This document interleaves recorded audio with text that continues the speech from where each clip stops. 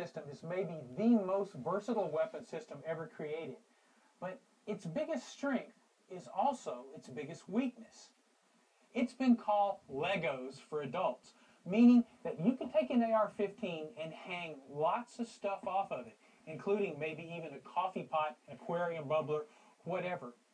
The key, though, to using a carbine in self-defense is to know what needs to be added to the carbine and what definitely does not need to be added. Here's the inside secrets.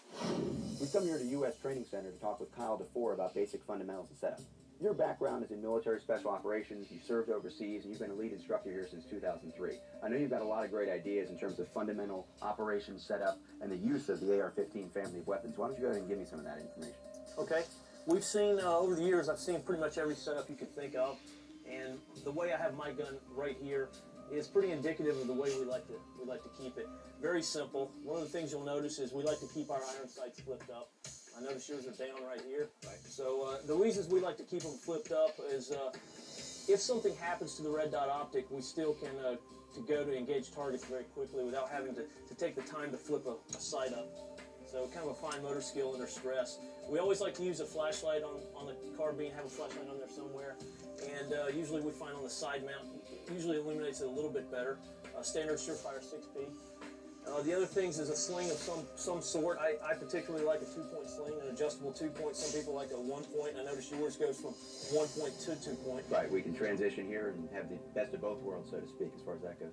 But one thing about the gun is the gun has probably too many options. And with so many options, it's easy to get the gun overloaded. So this would probably be about the max that a civilian would want to take the gun as far as accessories go. Talk to me a little bit about fundamentals of use. What do you recommend in terms of stance, grip, interaction with the rifle? We try to get a natural fighting stance, if you would, with your strong leg back just a little bit. One of the things that we do a little bit different, which comes from my unit in the special operations realm, is we grip extremely far forward on the gun. And I found out coming into the civilian shooting world that I kept the same grip. I was able to control that upward recoil. Generally, if you just raise your weapon up, something about like that, and again, that thumb over the top is an option, but definitely as far forward as you can get your hand. And really, all you're doing is kind of simulating the grip you get on a pistol. When you think about a pistol grip, same thing with a pistol. And all you're doing is just put your hands up there again. All you're doing now is just kicking that hand out there because now you got a carbine. Got it. And we talk a lot about consistency, and that consistency in that relationship makes a lot of sense. Now, I've seen a lot of guys teaching this, and of course, I see a lot of guys in the competition world using this. Do you feel this also helps a lot with transitions on multiple targets as far as controlling that lateral movement? Yes, it does.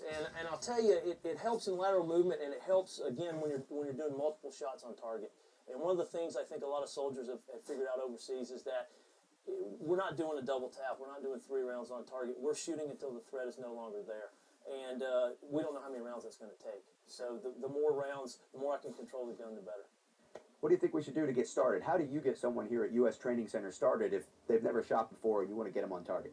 Well, the first thing we would do, obviously, is zero the weapon. But since we're both already zeroed, we'll get right into loading.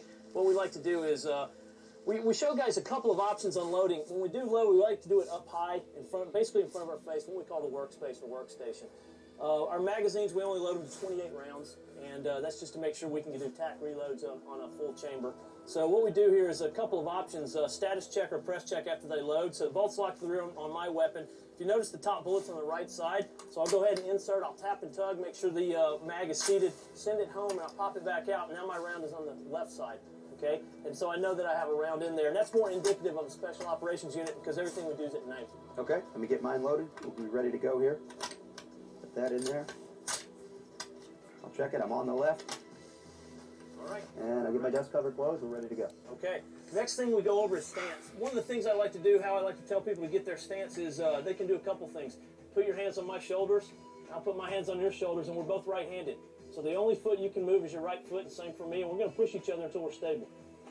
All right? That's your shooting stance right there. Okay. That's how your feet should be. That's an ideal situation. Okay. And that might not be always ideal, but for starting out, that's what we're going to go with. Okay. So go ahead and bring your weapon up a little bit, and we're going to get that hand very far forward as you can get it comfortably, okay, and nice and tight. We're pulling into the shoulder with your master grip, right. And this hand is supporting the weight of the weapon and controlling all lateral movement. Got it. All right, so whenever you're ready, just go ahead and put it on semi, and let's take one shot on target then. There you go. Perfect.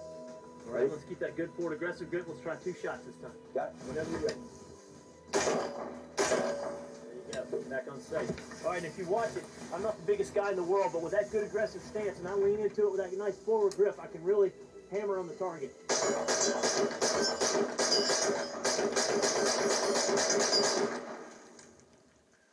Good stuff. Great shooting. And that's the trick when you go to train. Make sure that you're using good fundamentals. Start slow, move up to fast. You'll be smooth and you'll be prepared for your best defense in a survival situation with the M4 carbine. I want to talk to you a little about rifle sights. This is an aim point. You're probably familiar with this sight because you've seen it on military rifles in Iraq and Afghanistan. It's one of the issue sights for the military. This particular one is an M2. The current issue sight is an M4. And oftentimes you'll find the sight with its mount comes close to costing the same amount as the rifle itself. But there are options. Take a look at this. This is a fixed power 4X scope.